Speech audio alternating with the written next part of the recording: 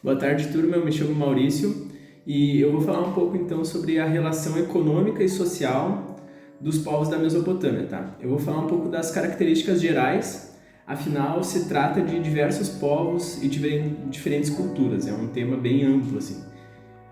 Eu fiz algumas anotações para me auxiliar, né, nesse vídeo.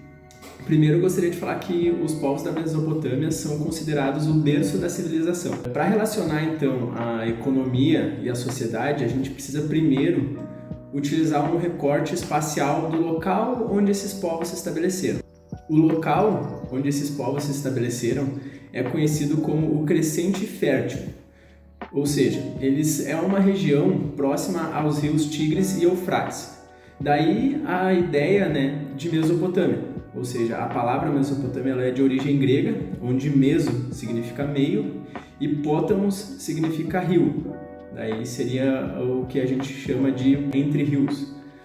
A partir da localização desses povos, a gente pode destacar alguns aspectos econômicos e sociais desses povos.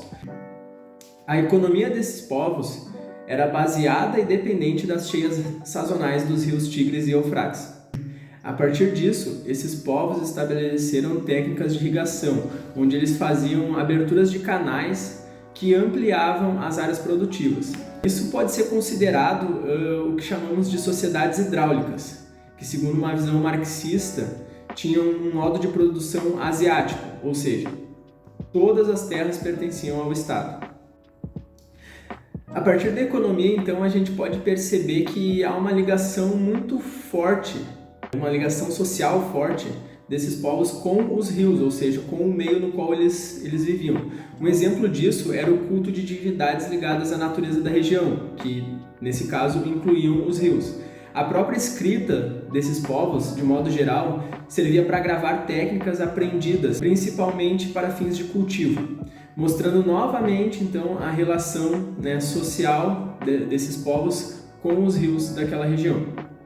Por fim, então, eu gostaria de ressaltar que se tratam de muitos povos, uma diversidade muito grande, e que não são os mesmos povos em relação ao tempo e ao espaço, afinal, a Antiguidade Oriental ela compreende um período um tanto quanto extenso. Devido a toda essa diversidade que eu comentei, haviam povos que não tinham sua economia estritamente vinculada à irrigação dos rios. Um exemplo que a gente pode citar seriam os assírios, que são os povos que se situavam ao norte da Mesopotâmia. Esses povos eles tinham sua economia baseada em saque e dominação, por ser uma sociedade guerreira e extremamente militarizada. Isso é aquilo que a gente chama então de dominação econômica. Enfim, todas essas informações eu retirei do livro Dos Sumérios a Babel, de Federico Arbóreo Mello, e algumas dos materiais disponibilizados pela professora no ambiente aula.